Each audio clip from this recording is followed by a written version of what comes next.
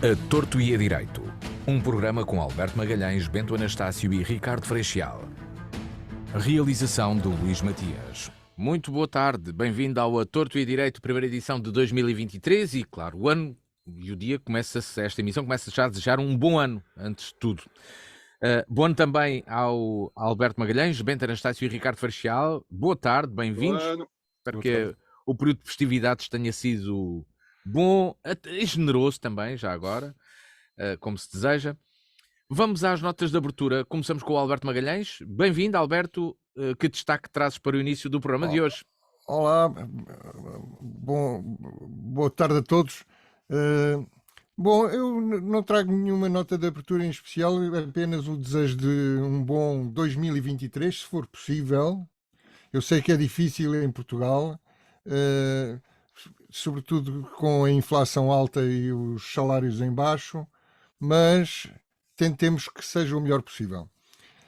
Nota otimista, apesar de tudo, e apesar do Ocidente ter uma quinta coluna muito grande a dizer mal e a deitar abaixo a civilização ocidental, o Ocidente resiste. A democracia ocidental resiste e a Rússia e a China não estão em muitos bons lençóis, o que é bom sinal.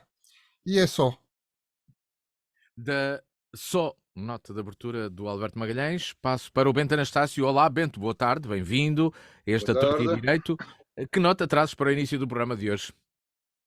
O desejo de um bom ano para os nossos ouvintes, para ti, para o Ricardo e para o Alberto, e a minha nota não será muito agradável para o início do ano, mas é o que temos.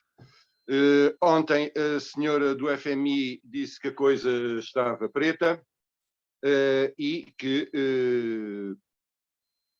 iríamos entrar em época de recessão com as três grandes economias em baixa, ou seja, a China, a União Europeia e os Estados Unidos vão entrar em recessão por motivos diferentes. Primeiro, a China, por causa da questão do Covid-0, e junto ao Covid-0 veio um ataque dos mais cerrados e mais ignóbeis aos direitos do homem. A China está-se a tornar numa ditadura medieval com tecnologias supremas e a Santa Inquisição por lá ficou, sabe-se lá no que irá dar. A seguir temos também o problema da alta das taxas de juros, da baixa dos salários, do corte nos rendimentos e nas pensões. Ou seja, nós não vamos ter de forma nenhuma um bom ano de 2023. Eu daqui apelo às forças sindicais, às forças vivas deste país, para alguma unidade e para a luta, já que vamos passar tempos duros. E é bom começar a juntar armas, já que se continuarmos com estas politiquinhas de quintalinhos de cada um, Dom Costa irá passando, cantando e rindo, e o nosso ano será ainda pior do que os anteriores. Espero muito bem que desta vez, ao contrário de outras, eu me tenha enganado.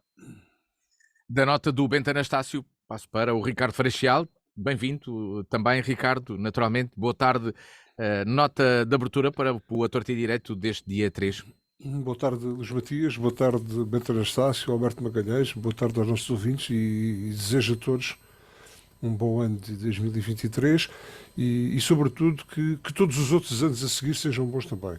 Portanto, bom, que seja tudo bom para todos, sobretudo com saúde. A questão depois dos sindicatos e da inflação, eu deixo para depois, embora seja pertinente, não é? E possa influir negativamente no nosso estado de saúde, em alguns aspectos, mas sobretudo que tenhamos todos saúde e possamos estar aqui por muito mais tempo, ou aqui ou noutros lados, e noutros lados também. A nota de abertura é soft. Eu levantei-me cedo e saí eu moro na zona da Cartucha, entre Plastada da Arraiolos, e consegui chegar a horas aqui para a gravação, imagina, não é? Ou seja, começámos o ano,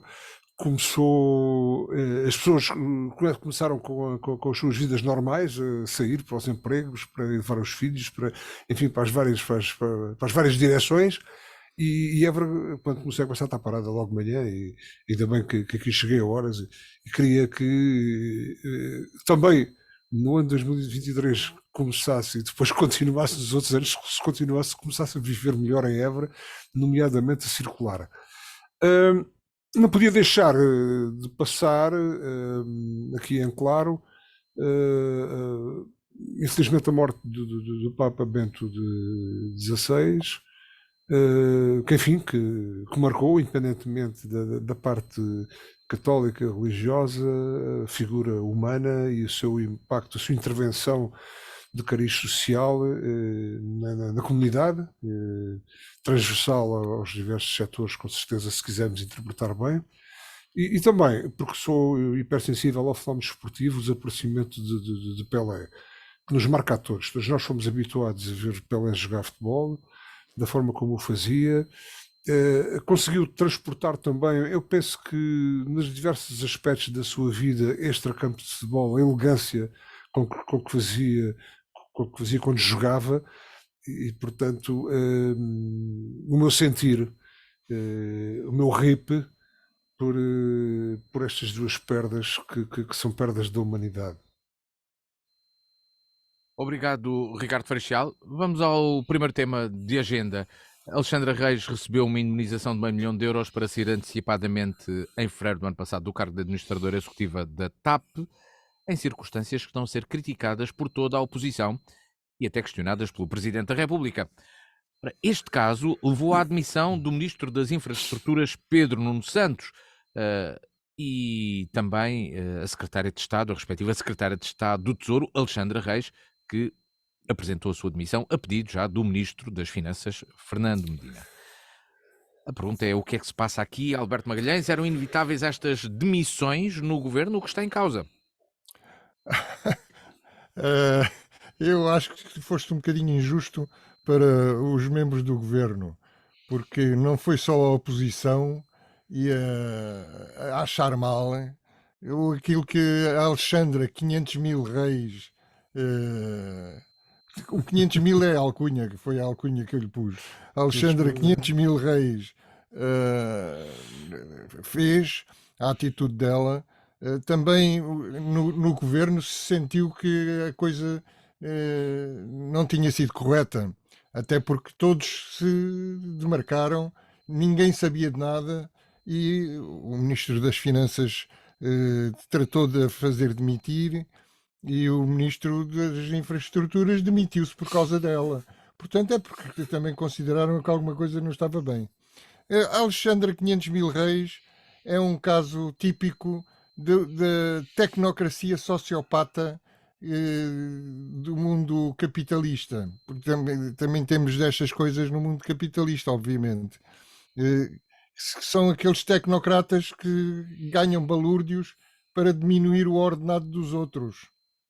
É uma espécie de casta que se julga acima de todas as outras pessoas e que são capazes de ganhar balúrdios a baixar os ordenados dos operários de uma empresa ou dos trabalhadores de outra empresa.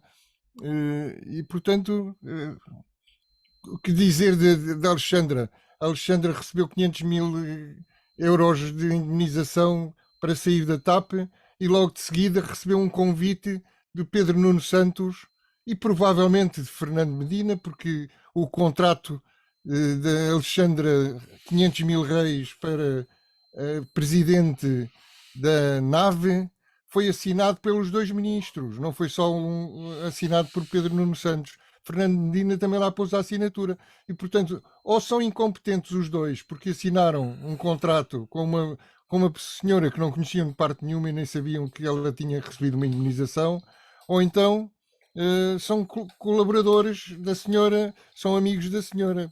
Quer dizer, não vejo uma terceira hipótese. O que é que eu posso dizer mais? Também posso dizer um bocadinho mal e bater a torto e a direito na administração da TAP, que já não é a primeira vez que faz destas coisas numa empresa em que nós já tivemos que pôr do bolso dos contribuintes 3.000 e tal milhões, 3.000 e tal milhões, atenção, não é pouco, essa administração quer gastar dinheiro em frotas de automóveis novas, bonifica uma série de funcionários, distribui bónus e agora distribui um bónus de 500 mil euros a uma administradora que, pelos vistos, estava lá mal, não estava lá a fazer grande coisa. Enfim, o secretário de Estado das Infraestruturas, há uma série de interrogações que nós ainda temos que pôr. O António Costa acha que já está tudo, o caso está encerrado com a demissão de Pedro Nuno Santos, mas eu não me parece nada que esteja encerrado. Fernando Medina nomeou-a secretário de Estado porque via. Quem é que a indicou a Fernando Medina? Fernando Medina conhecia ou não conhecia? E se conhecia, como é que conhecia? E porquê é que não se informou sobre o passado recente da senhora antes de a convidar para secretário de Estado do Tesouro? Convida-se uma pessoa para secretário de Estado do Tesouro sem a conhecer bem, sem saber o que é que ela fez nos últimos meses. Quer dizer, é impressionante. Ou é conluio, ou então é uma incompetência absolutamente inacreditável. Depois o secretário de Estado das Infraestruturas, muito amigo de Pedro Nuno Santos, mas foi informado pela TAP e não informou ninguém, não foi capaz de informar o seu amigo Pedro Nuno Santos, o seu ministro Pedro Nuno Santos, nem sequer foi capaz de informar o Ministério das Finanças. Então, o que é isto? Que secretário de Estado é este? Como é que chegou a secretário de Estado? Que tropa fandanga é esta? É inacreditável. E deixo para uma segunda ronda as lições que se podem tirar daqui ou que já se tiraram daqui. Sim, há que olhar para o futuro precisamente, o que é que se tira daqui, que responsabilidades, mas já lá irei. Para já, Bento Anastácio, este é um exemplo de que gerir uma empresa privada ou uma empresa que faz parte da esfera do setor empresarial do Estado tem regras diferentes. É isso? Já vamos ouvir o Bento Anastácio, que se junta a nós agora, que ele, é assim que ligar o microfone, já o teremos cá. Desculpa, agora sim. É o que faz gravar programas a partir do local de trabalho. Mas pronto. Estava eu a dizer que não, isto é a confirmação daquilo que eu venho a dizer há uns tempos, que tem a ver com a pasoquização do PS, se quiserem, ou com a italianização do sistema para ser um rapaz com alguma cautela no início do ano, que faz sempre bem, mas para mim não é novidade nenhuma. Estes senhores sentem-se absolutamente acima da lei e do comum dos mortais. Ninguém acredita que o ministro Medina não soubesse. Ninguém acredita que o ministro Medina tenha recebido, por obra e graça do Espírito Santo, a senhora para secretária de Estado. Vamos lá ver. O que me parece é que, no meio disto tudo, o Pedro Nuno Santos, que estava a ser cozinhado em lume brando, aproveitou a única hipótese que tinha para, como diria o meu camarada e mentor João Honrado, alçar a caganeta e ir-se embora. É rigorosamente o que se passou. Porque, ao contrário do que pensa o primeiro-ministro, a procissão ainda vai no adro. Porque há esta indenização, há outras, de certeza absoluta. Isto é o destapar do véu, ou se quisermos o abrir a caixa, do que vai ser muito complicado de explicar, por exemplo, na administração da TAP. Nós sabemos que isto e não vai ficar pelo PS, obviamente, porque o anterior chairman era um ex-secretário de Estado do PSD. Portanto, aqui o Centrão no seu esplendor total. Ou seja, isto é de fartar vilanagem, é gamar como se puder. E a questão aqui, e depois, isto vai ficar, por parte da senhora dos quinhentinhos, vai ficar tudo bem, porque é absolutamente legal. E agora, a questão, a ética, vamos a ver se é absolutamente legal. Portanto, não entra. A ética não tem nada a ver com isto. A ética é coisa para outra gente, não é para esta gente. É para gente como a gente. Portanto, vai ficar assim. Já se foi embora o ministro, ok? Porreiro foi um descanso para alguma área do PS. É um desconforto para o Costa, porque dava mais jeito o Pedro Nuno Santos a baixar a cabeça e a ser humilhado enquanto ministro, do que sentadinho, quietinho, na última fila do Parlamento, a ser convidado pelos amigos todos do PS por esse país fora e começar desde já a sua campanha eleitoral e a tratar de contar espingardas, que é o que vai acontecer. Ora, o Delfim do nosso Cardeal Rei não está em bons lençóis. O Medina vai ter muita coisa para explicar e depois vai ter que, isto em termos legais, em termos éticos, algum dia terá que explicar a facada nas costas que deu ao ministro Pedro Nuno Santos, que foi solidário com ele e que o parou e que nem sequer alguma vez disse, mas ela não era minha secretária de Estado, era secretária de Estado do Medina. Nunca ninguém o ouviu dizer isso. Portanto, fica aqui ainda muita coisa por explicar. Não dou isto como caso encerrado, como ninguém dará, a não ser o Cardeal Rei, mas vamos ter outros problemas com esta remodelação à la Cavaco, em que se pega nos secretários de Estado e faz deles ministros quando já se está numa situação de desespero total, onde não se consegue contratar ninguém fora daquele círculo restrito. Já ninguém quer ser ministro do António Costa. Já vamos falar sobre o futuro, então. Não sei se isso será mas assim. isso, então, ficará para a segunda volta, que eu já me Vamos falar do futuro daqui a pouco. Para já ainda este acontecimento. O Ricardo Freixal, este foi o acontecimento, aconteceu durante o período do Natal. Não se esperava que qualquer demissão no governo no final de ano. Assim aconteceu. Justifica-se, eram inevitáveis estas demissões de Pedro Nuno Santos e de Alexandre Reis, mas e aqui o que é que está em causa? É a tal necessidade de esclarecer bem o que é gerir dentro do grupo empresarial do Estado ou gerir dentro de um grupo de empresas privadas ou no setor privado?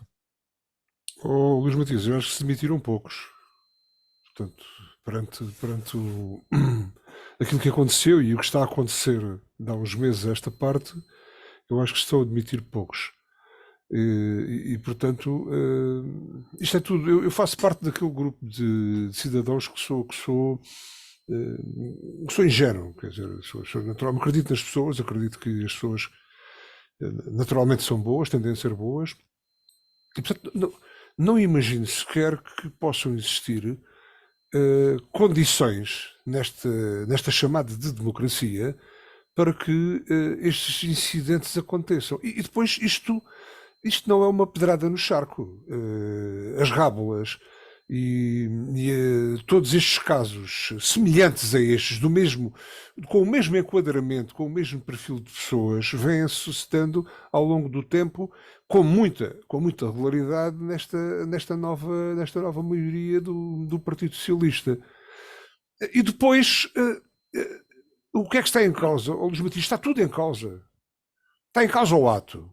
Quer dizer, não passa para a cabeça de ninguém, de nenhum de nós, somos todos profissionais, de podermos tirar partido, muito menos nestes montantes, de situações precárias como esta.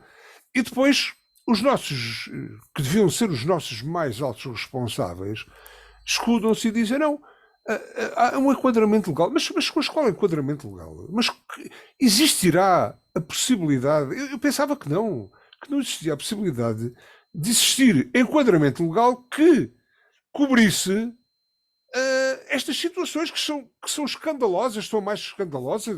O Bento há pouco disse, não queria avançar muito neste princípio do ano, mas disse que é um fartável andagem, que isto é um farrobo-dó, com respeito pelo Barão de Quintela e pelo Conde do Farrobo. Isto é um farrobo-dó. Portanto, eu não sei, quer dizer, não imaginava que isto pudesse acontecer. E depois o Ministro das Infraestruturas, que já não é a primeira vez que está em causa nestas situações aqui, foi o aeroporto, enfim, foi mais uma série de coisas. é a ligação dele a interesses pessoais que podem colidir com o seu desempenho enquanto ministro. É o ministro Medina, cuja mulher também esteve lá na Conselho de Administração, ou é a assessora jurídica do Conselho de Administração, que andou a tratar desta indenização da senhora, que já por si não tem desculpa de ser filha de quem é, mas é filha do famigerado ministro, ou espécie de ministro da Agricultura, Jaime Silva. Isto é sempre a mesma gente, é uma teia. E, portanto, a teia é cada vez... A teia, somos confrontados com essa situação, uma teia é cada vez mais alargada. E porque a teia é cada vez mais alargada, é que isto parece que está tudo em banho-maria, não está. Estas maiorias têm tendência para se eternizar no poder e para desenvolverem tudo aquilo que é de mau no exercício desse poder. Eu não sei pasmo como é que nós, um país, um Estado, com recursos escassos, consegue mesmo assim aguentar isto. Quer dizer, nós andamos todos a pagar com um palmo de liga de fora para esta gentinha, para esta malta, andar à tripa forra a meter no bolso. Os ministros, os secretários de Estado, os amigos dos ministros, as mulheres dos ministros, isto é muita gente. Isto, quer dizer, eu não queria tender para o baixo comentário de caserna, mas de facto isto é mais do que aquilo que nós imaginamos. E depois de vez em quando aparece à tona d'água um caso destes. Mas o que infelizmente não é o único. Se fosse o único resolvia-se, havia mais uma remodelação, enfim, a senhora saía do circuito momentaneamente, se calhar, mas não, sucedem-se. Esta gente está para o crime, para a corrupção, para o compadrio, para o tráfico de influências, como eu não diria as abelhas estão para o mel, ou o mel está para as abelhas, porque isso é muito nobre, mas como o fumo está para o fogo. E, portanto, demitiu-se o ministro, ouça, foram poucos. E eu já disse aqui uma vez, julgo estes microfones, no âmbito deste programa, já disse, ouça, ao pé desta malta, passo o termo, ao pé desta malta, eu ponho esta malta entre aspas, não é? Santana Lopes e o seu governo eram meninos de couro. E Jorge Sampaio, por muito menos, dissolveu uma Assembleia da República com uma maioria absoluta. E este presidente chuta para o lado e diz que não, queremos é estabilidade, mas qual estabilidade? Isto é estabilidade. Isto não é estabilidade, isto é rega-bofe, isto é o assalto ao erário público e aos mais elementares respeito pelos cidadãos, pelo Estado, enfim, por tudo isto. Ouça, desculpa os teus ouvidos, mas de facto esta coisa não começa bem. Mas eu não sou capaz de reagir de outra maneira, porque isto é muito, é mau e é muito mau. Então vamos lá ter com o Alberto Magalhães. Será que foi 2022 que começou mal ou foi 2023 que começou mal, Alberto? Que lições é que se tira desta situação? Isto é de ontem. Olha, eu em primeiro lugar acho que uma lição tirou António Costa de casos anteriores, do caso Cabrita, do caso Miguel Alves. É que o melhor é não esperar muito tempo e demiti-los logo sem mais delongas. E foi o que aconteceu neste caso. Numa semana a coisa resolveu-se. Quando, por exemplo, com Cabrita demorou meses, anos, e com Miguel Alves demorou bastante tempo mais. Depois outra coisa que me impressionou e que vai ter consequências para o futuro é o facto de depois das figuras que Pedro Nuno Santos fez já no governo. Lembramos daquele episódio patético de pedir perdão e de ser humilhado em público por António Costa por causa do aeroporto. Depois de, neste episódio, ter contratado uma pessoa que acabou de sair de uma empresa pública, contratá-la para outra empresa pública, sem curar de saber porque é que ela saía da primeira empresa e em que condições saía, é absolutamente inacreditável. E depois disto tudo, vêm os adeptos de Pedro Nuno Santos, os seus camaradas militantes e adeptos, e fãs, pelos vistos, correrem a babarem-se todos e a gritarem que a demissão foi digna, corajosa, responsável, como se não tivesse sido uma demissão indispensável, inevitável e inadiável, quer dizer, não consigo perceber como é que as pessoas, e mais os jornalistas e os comentadores, acham que agora Pedro Nuno Santos está numa posição ótima para suceder ao Primeiro-Ministro, Quem se como sucede ao secretário-geral primeiro-ministro é a do PS. Mariana. Eu acho que o Pedro Nuno Santos está numa posição péssima, porque está mais que provado que não tem estofo de secretário-geral nem de primeiro-ministro, e que poderia ser um desastre como primeiro-ministro. Não é? Poderia ser tentado novamente a pôr as perninhas dos banqueiros franceses e alemães a tremer, etc, etc, etc. Eu, por mim, diria que, para mim, está provado que ele não pode ser secretário-geral do PS e está provado que ele não pode ser um primeiro-ministro fiável. Costa, agora para responder a uma coisa que o Bento disse e que também muita gente diz, que é que Costa não consegue já escolher, encontrar ministros para o seu governo fora do círculo estreito. Eu acho que é o contrário. Eu acho que Costa não quer lá estranhos. Costa quer tudo ali em família, tudo em amigos, que é para não ter grandes sobressaltos. O problema é que acaba por tê-los. E o problema é que Portugal continua mal governado com o círculo estreito de Costa. Agora, que Costa não pode arranjar ministros. Costa é o dono disto tudo. Quantas pessoas haverá que gostariam de ser ministros de Costa? Sim, sim, há muita malta que nem que seja passa o termo em meia nalga, quer estar sentada. Isso é Exatamente. nítido. E mesmo pessoas que. Isso é nítido, não é? Isso é nítido. Opa, eu estava a falar de gente o que nós. competente, honesta, séria. Não estava a falar de aparatiches. Claro, gente honesta e séria Pois, é mais disso que eu estou a difícil. falar. Não estou a Mas falar de mesmo assim, aparatiches. a gente Estou a honesta falar e séria. de gente séria. Há gente competente que não é assim tão séria como Para isso. passar Deixa então ao Bento, comprar. sim. Pois, está bem. Para terminar, diria só que nós estamos metidos numa crise política que é insidiosa e perigosa.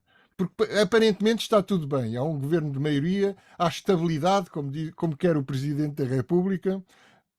Epá, nós estávamos a falar de coisas sérias. Estávamos Ricardo, o já Presidente da agora, República aqui a para quê? propósito do Presidente da República, não se pode exigir que o Presidente da República dissolva o Parlamento, porque não existe, no momento em que não existe nenhuma oposição. Mas quem é que diz que não Não, existe? É eu. Mas, é eu. mas, não existe oposição. já Sim, vamos aparentemente então eu largar também, esse mas, debate oh, então oh, à ausência da oposição. Ricardo, deixa-me lá passar para o Bento Deixa-me lá- Anastácio. É só para terminar. Alberto, mesmo concluir A situação é maioria sem a rumo, oposição somos sem nós. gente somos capaz nós. e sem oposição. Há uma maioria sem rumo, sem gente capaz, mas também sem oposição. Não existe oposição. Bento Anastácio, o Marcelo Rebelo de Sousa, o Presidente da República, deixou alertas no discurso de Ano Novo, fala em responsabilidade absoluta de um governo com maioria absoluta. Que responsabilidade, então, absoluta é esta? Ora, o Sr. Presidente da República é um rapaz com uma capacidade de adaptação ao terreno e de dizer as coisas que as pessoas querem ouvir, que até mete impressão. É claro que ele disse ali meia dúzia de lugares comuns que ficam bem a um chefe de Estado para início de ano, mas depois, quando é para tratar de coisas sérias, ele disse, epá, eu não tenho nada a ver com isto, há um governo com maioria absoluta, há um Parlamento que foi eleito há menos de um ano, portanto, tudo o que possa acontecer tem a ver com essa maioria, com esse governo. Que, basicamente, o que ele disse foi, eles continuem a apunhalar-se uns aos outros, que a tempo certo eu tomarei decisões. Obviamente que ninguém está à espera que haja eleições este ano. Também, para quê? Isto eu Ficámos sem ouvir o Bento, entretanto. Penso que Desligou-se já o o temos. microfone. Desligou-se o microfone, agora já o temos outra vez. estou aqui. Estava eu a dizer que me parece que o Presidente da República está a deixar o Costa e o PS suicidarem-se.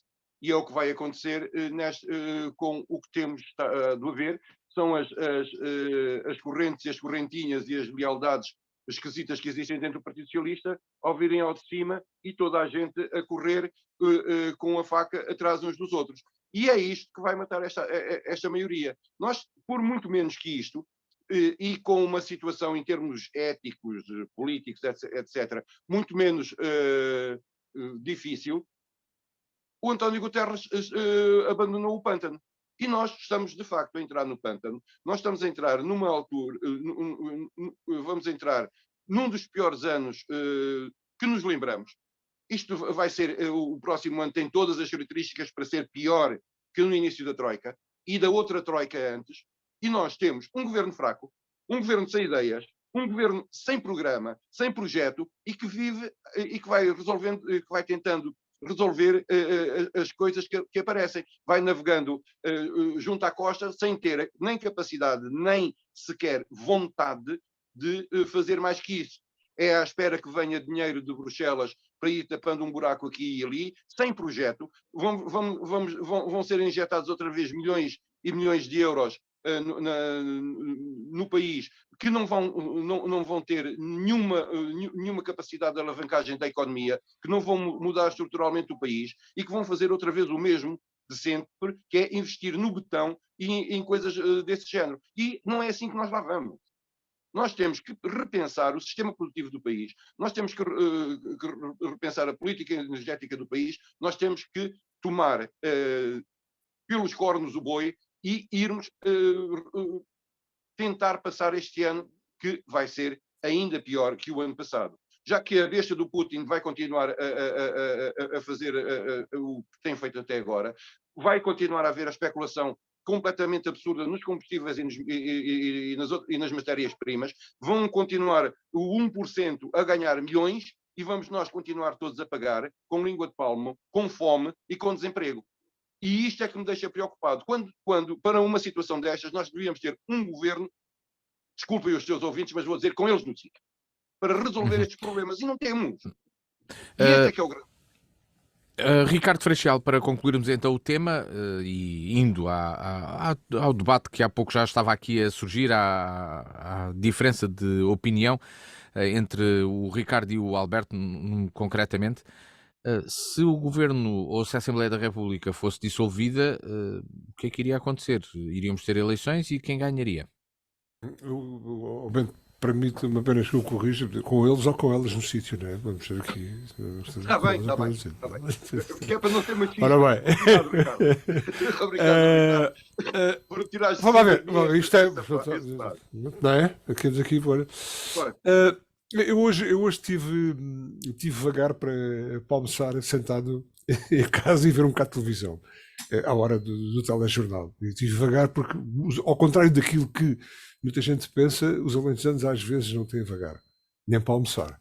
Eu hoje tive vagar para almoçar e isto vai um pouco na crítica àquela questão do vagar, da capital da cultura do vagar. O vagar é uma coisa que só nós é que entendemos.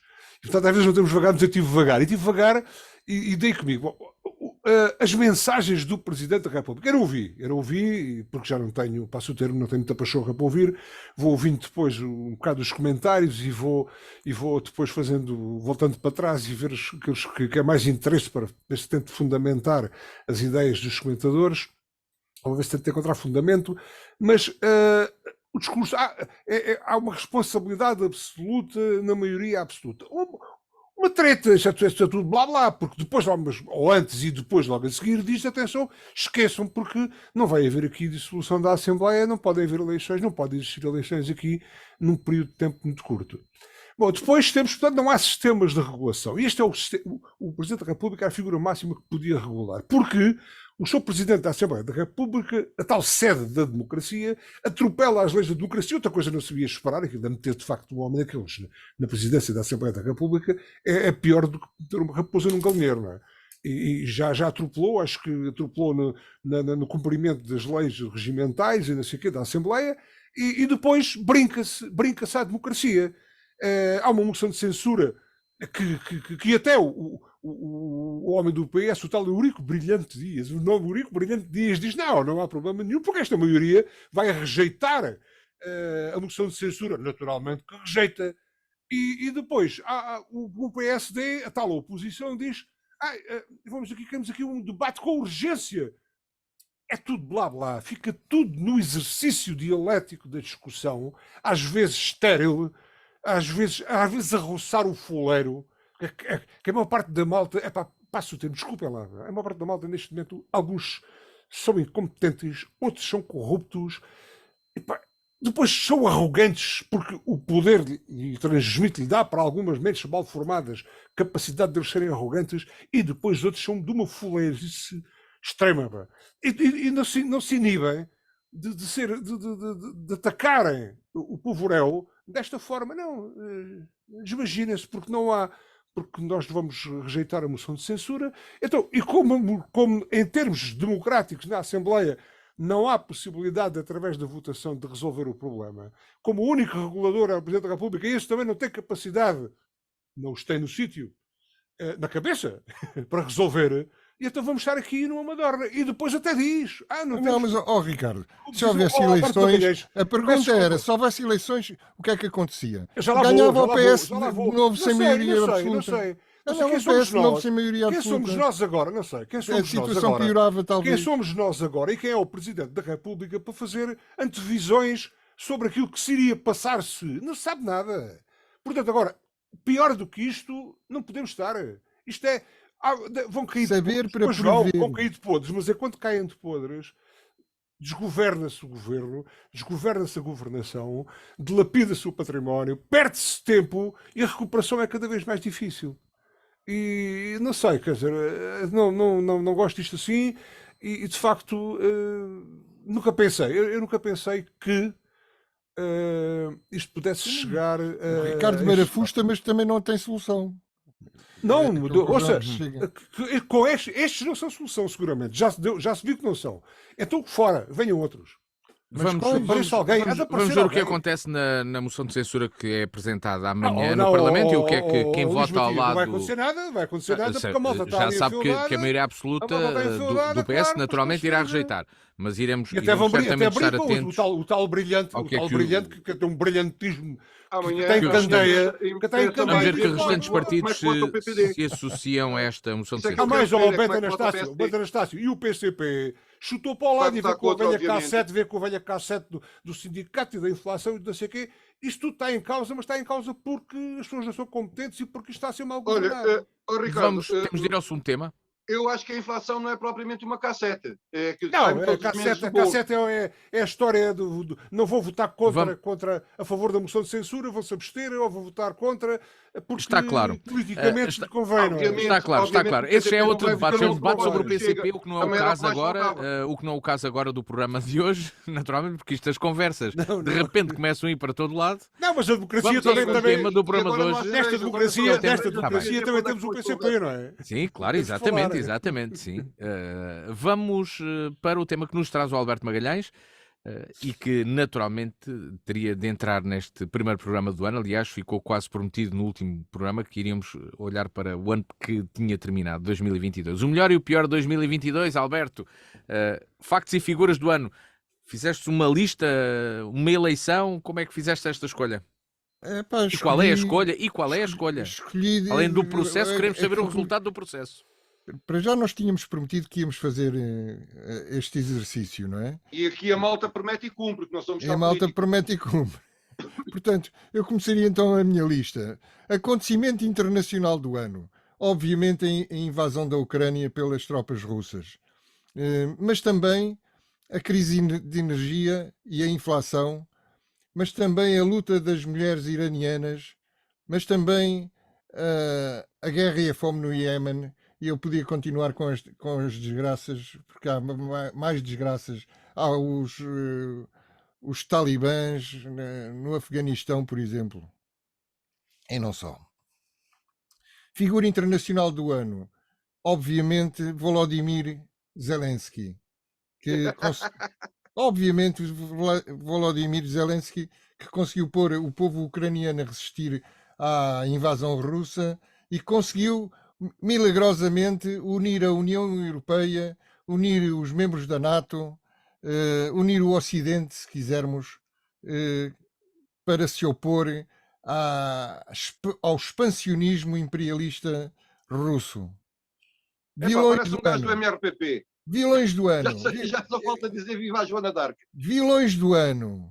O Vladimir Putin, em primeiro lugar, os talibãs e os Ayatollah, obviamente. Acontecimento do ano em Portugal. A maioria absoluta do PS. Parece-me também óbvio. Figura do ano. António Costa ganhou tudo o que havia para ganhar. Só ainda não ganhou foi juízo. E terminava a minha lista com uma listazinha de baixas por falecimento. No teatro, a Eunice Munhoz e o Orlando Costa. Na pintura, a Paula Rego. No cinema, o Jean-Luc Godard e o Sidney Poitier. Na música, a Elsa Soares e o Gal Costa. Intelectuais, Adriano Moreira e António Mega Ferreira. No humor, um peso pesado, o Joe Soares. No futebol, o Chalana, o Fernando Gomes e o Pelé, obviamente. E depois, em lugar de destaque, a Isabel II e o Bento XVI. E termino aqui a minha lista. Ora, a lista lugar a do outro. melhor e o pior de 2022, com factos e figuras que marcaram o ano, para o Alberto Magalhães e para ti, Bento Anastácio, que escolhas fizestes? Pá, Fizeste escolhas é para- claro que isto, para ser sintético, resumido e direto, eu disse que de facto não, o pior do ano tem a ver com a invasão da Ucrânia por parte do Putin e que de facto veio arrancar com a bola de neve, que nós não sabemos onde vai ainda parar. E isto ficarei aqui pelo pior internacional do ano passado. O melhor que aconteceu no mundo do ano passado foi, sem dúvida, a eleição de Inácio Lula da Silva. O regresso de Lula à presidência do Brasil é um bom início de ano. Viu-se pela sua tomada de posse. Eu acho que, mais uma vez, a América Latina nos traz os bons ventos e espero que o Brasil volte a ter, ou os brasileiros voltem a ter, 3 refeições por dia e o direito de sentarem-se no banco das universidades. Para o pior do país, para mim, do ano passado, é sem dúvida nenhuma a maioria absoluta do Partido Socialista. A maioria absoluta do Partido Socialista que veio trazer este desgoverno, este descalabro, um país sem rumo, sem rei nem roque, que se vai desgovernando ao serviço dos mesmos de sempre, conseguindo com que os meia dúzia de mais ricos deste país sejam cada vez mais ricos, conseguindo com que a Galp, EDPs e etc. tivessem os lucros que tiveram o ano passado e que as famílias continuem a ter os seus rendimentos vistos em baixo, os pensionistas visto as suas pensões roubadas. E sobre isto já falamos várias vezes. Passarei agora aqui para o que de bom aconteceu no país. E aí a coisa ficou complicada. Primeiro que conseguisse encontrar alguma coisa de jeito que tivesse acontecido este ano. Depois de muito vasculhar, cheguei à conclusão que a única coisa minimamente decente que aconteceu foi a Évora ter ganho o concurso para a Cidade Europeia da Cultura e trazer com isso alguma esperança na recuperação urbana, na recuperação cultural, no desenvolvimento da cidade, tendo como alavanca a cultura, tendo como alavanca os valores do Alentejo, e que esta candidatura não seja apenas e só uma quantidade de euros metidos em Évora, seja de facto uma nova esperança para todo o Alentejo, porque para mim esta é a candidatura do Alentejo, não é propriamente a candidatura de Évora. E eu queria de facto ter encontrado alguma coisa de facto boa o ano passado, tenho pena, não encontrei. Ricardo Freixal, e na sua leitura de 2022, depois daquilo tudo que já aqui foi dito também, que identifica pontos melhores e piores do ano que terminou, são factos, são figuras? à boa maneira alentejana, eu diria que os meus colegas de painel são os eucaliptos. Porque secam tudo em volta, não é? Quer dizer, abordaram as questões todas e eu que fiquei para o último estou aqui de alguma forma condicionado. Mas partilho do mal que aconteceu para todos nós em termos de política internacional, que foi a invasão da Ucrânia por parte da Rússia. Partilho do ponto de vista do desaparecimento também, e já aqui chamei a atenção do ponto de vista intelectual, social e religioso, a perda de Bento XVI, um homem transversal, quiçá às várias tendências, às várias crenças, no que diz respeito à sua intervenção social, filosófica, de certa forma, do campo desportivo, Pelé internacionalmente, a perda de Chalana, enfim, e de Fernando Gomes também.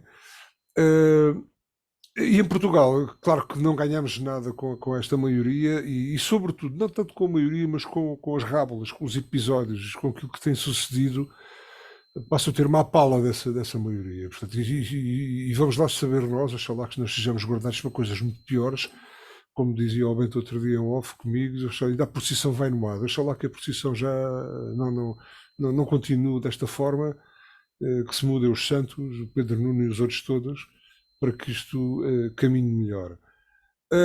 Do ponto de vista local, Évora, enfim, continua uma cidade a dever muito ao desenvolvimento, à qualidade de vida que proporciona neste momento aos seus habitantes, aos seus visitantes também.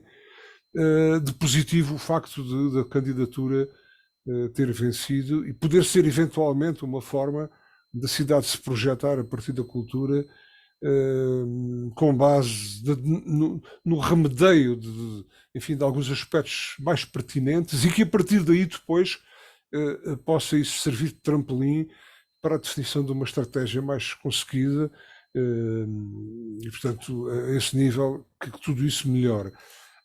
Do ponto de vista do país, o mal-estar que nós vivemos, ou seja, vemos aqui durante o ano de 2022 os problemas com a educação, os problemas com a inflação, claro, que é também um resultado da conjuntura internacional, mas tem muito que ver também com a capacidade que a nossa governação tem de poder amortiguar esses impactos, e a nossa não tem, quer dizer, levamos de todo lado.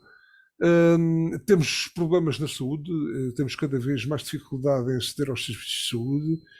As grávidas têm que parir umas vezes em Beja, outras vezes em Évora, outras vezes em Porto Alegre, e os cuidados primários e elementares são cada vez mais difíceis, e essa é de facto a face má de todo o ano de 2022. Oxalá que o ano de 2023 consiga ser melhor e, tal como o Bento e o Alberto Magalhães, não consigo encontrar, e infelizmente, não sendo um pessimista inveterado, não consigo encontrar aqui muita coisa boa. Quer dizer, parece que todos nós andamos aqui a queixar-nos, olha, ao menos que possamos estar aqui com capacidade para analisar, porque não perdemos ainda o discernimento total, que temos alguma saúde, e ainda bem que isso nos vai dando possibilidade de estar aqui, e que isso seja alargado ao maior leque possível de colegas nossos, de amigos nossos, de anónimos também, e que o mundo possa ser melhor a todos os níveis, e em Portugal também. Mas, de facto, o panorama não é famoso. E lamento isso. E, portanto, todos nós, se pensarmos que queremos sempre melhor e mais, nunca está tudo bem. Eu tremo todo quando as pessoas dizem está tudo bem contigo. Não, nunca está tudo bem com ninguém. Portanto, agora, enfim, vamos minorando os impactos negativos, e essa é uma esperança que eu tenho e que nos faz, ao fim e ao cabo, estar aqui. Quer dizer, a única coisa que isto de mal nos dá, àqueles que têm a capacidade para aguentar, até que aguentem, é que, ou seja, quanto mais me ferem, quanto mais me agridem, quanto mais mal me tratam, mais eu tento, até o fim das minhas energias, fortalecer a minha capacidade de resposta e ser cada vez mais resiliente para que não acabem comigo. E para que um dia todos nós, com este sentir, possamos acabar com os desmandos, com os farrabudós e com tudo aquilo de mau que tem acontecido nestes últimos anos, aqui e lá e em toda a humanidade. Bem, há vários consensos nestas escolhas de 2022. Não sei se era isto que o Alberto esperava, todos estes consensos, mas acredito que sim. Especulativamente, será 2023 o ano do fim da guerra, por exemplo, Alberto Magalhães? E de que outros acontecimentos? Era bom que fosse, mas não estou a ver grandes perspectivas disso acontecer. A não ser que aconteça algo inesperado, um milagre qualquer, mas não estou a ver qual Alguém mata seja. o Putin, que é a coisa que eu ando aqui a pedir há mais de um ano.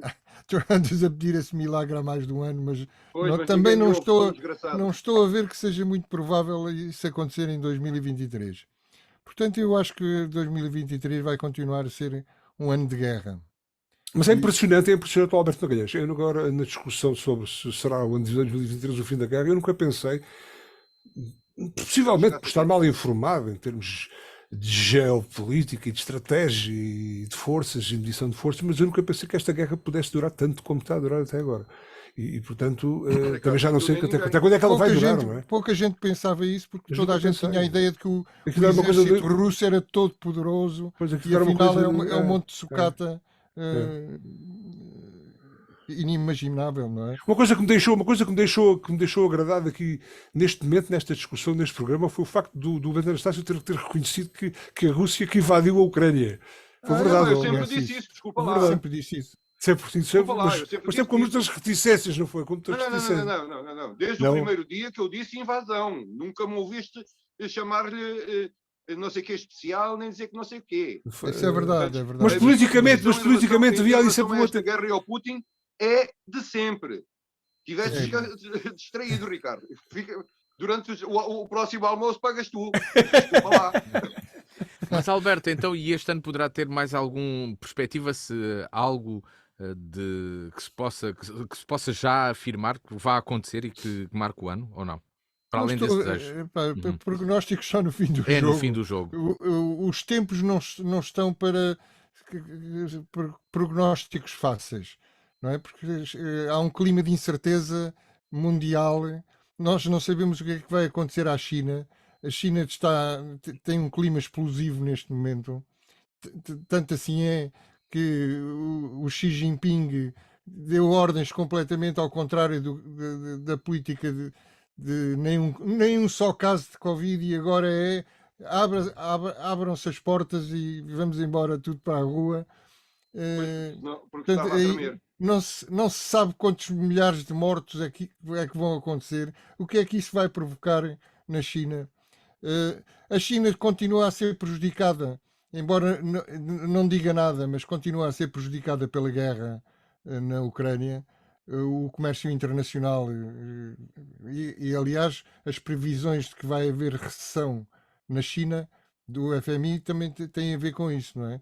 O isolamento, a desglobalização vai fazer com que os vários blocos comerciais tenham percas. Portanto, isso é uma incógnita.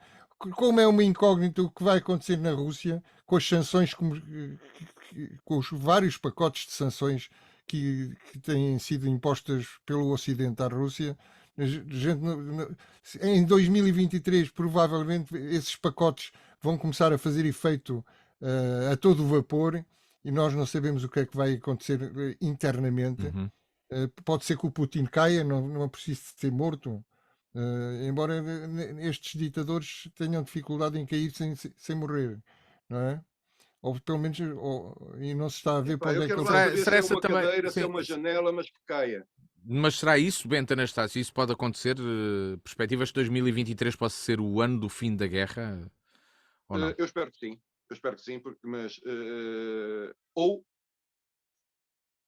que sim, porque a outra solução é muito complicada.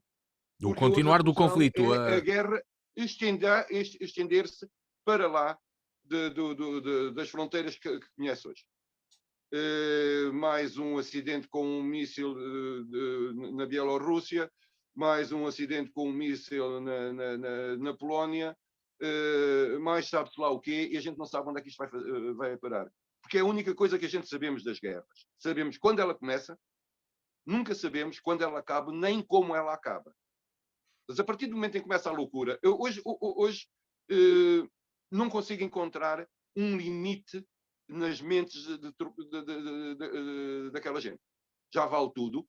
Se nós olharmos para Isso dizem eles, mas não as é fotografias assim. aéreas da Ucrânia, nós começamos a pensar como é que é possível a barbárie ter chegado a este estado. E a barbárie não é só de um lado, é a barbárie, porque quando se chega a este estado de desumanidade, tudo é possível. Portanto, a partir daqui já não há nenhuma coisa que me pareça impensável. Uhum. Neste momento a coisa está de facto demasiado complexa para que nós consigamos perspectivar o que quer que seja, a não ser o adeus mundo cada vez pior. Ricardo, e o que é que se pode prospectivar então para 2023, na sua opinião? Nada, não sei, primeiro que tudo fazer aqui uma ressalva, aquilo que eu disse relativamente ao Bento não era propriamente, não queria aqui atacá-lo ou ser injusto para com ele, mas de facto alguma, no início do conflito, houve alguma tentativa da parte do Bento, pareceu-me, de politicamente justificar, ou tentar amenizar um pouco aquela questão da invasão pura e dura, não é? E aí, daí a minha reação, e parece-me agora que ele está com uma forma de expressão pelo menos completamente diferente e muito mais assintosa na condenação do que foi no início. Foi só isso, então não queria ser injusto, mas o almoço pode ser por minha conta mesmo, sobretudo se almoçamos num sítio baratinho, não é? Porque o estado da contenção. Agora, o perspectivar, oxalá que em Portugal a coisa mudasse, vamos começar por aqui, oxalá que Évora se começasse a viver melhor, e isto não é com o salário de Deus, é pouco e pouco, não é? Que se começasse a viver melhor, que existissem políticas de facto estruturantes que permitissem uma vida melhor a médio e de longo prazo para as gerações vindouras e para nós também um pouco da nossa velhice, e que em Portugal, mas eu neste aspecto sou radical já, acho que o Alberto Magalhães está, mas não há oposição, tem que haver alguém, tem que aparecer alguém diferente deste, que permita um status quo diferente deste, que faça política de uma forma diferente e que governe de uma forma diferente para melhor. E portanto que isto mude, e que sobretudo que isto mude com regulação, com capacidade de intervenção, que não manda aqui tudo em banho-maria. Mas pode mudar para pior, hein? Não é difícil. Aliás, do modo como as coisas estão, até é mais provável que mude para pior. Não, é difícil, eu acho difícil mudar para pior. Há de aparecer, não é o Dom Sebastião, mas há de aparecer alguém que tome conta disto de uma forma diferente. Portanto, quem? Eu o acho André Ventura? não sei. Pois não digo. Não estou. Agora de facto, isto é muito mau. O que está a acontecer é muito mau. E, portanto, e depois não temos. Há aqui uma crise de valores também, de facto. Há aqui uma crise de valores. Não temos um presidente à altura. Se tivéssemos um presidente à altura, se calhar as coisas eram diferentes. E depois a tendência nestes regimes, digamos, democráticos, estas maiorias absolutas têm tendência para se eternizar. O poder era uma máxima que o poder corrompe, não é? Não corrompe, mas às vezes cria condições para a corrupção, ao tráfico de influências. Há uma teia muito alargada neste momento que eventualmente, ao Alberto Magalhães, estou convencido também que há muita gente que lhe interessa que isto mude. Se reparar, não há muita reivindicação sindical, não há muita confederação aqui a levantar a voz como devia, a berrar como eu gosto de ouvir, mas de uma forma assintosa mesmo. E se calhar isto permite, os governos do PS notabilizam-se por isso, por permitir aqui muita coisa. E portanto, que se ponha fim a isto rapidamente, porque nós temos recursos muito escassos e não podem ser dilapidados e mal gastos e mal utilizados. Tem que haver uma utilização eficiente de recursos e não podem ser desta forma. E portanto, e depois o parecer que está tudo bem, não está tudo mal. Está tudo bem. Mas demitiu-se o ministro e resolveu-se o problema. Não resolveu, tem os outros que lá estão, tem o Medina, não sabia. E os outros casos todos que existirão e que já existiram, que nós não temos conhecimento deles. Isto dá asa de tudo. E, portanto, eu estou muito irritado. com esta coisa estou capaz de ir para a rua, Beto. Ora, Bem, chegamos assim ao final desta Torto e Direito. O encontro está já marcado com o Alberto Magalhães, Bento Anastácio e Ricardo Freixal para de hoje uma semana aqui na DNFM. Pode sempre escutar e ver quando quiser na página dnfm.com. Tenha então um bom ano novo. boa tarde. E de hoje uma semana cá nos encontramos. Boa tarde. A Torto e a Direito. Um programa com Alberto Magalhães, Bento Anastácio e Ricardo Freixal. Realização de Luís Matias.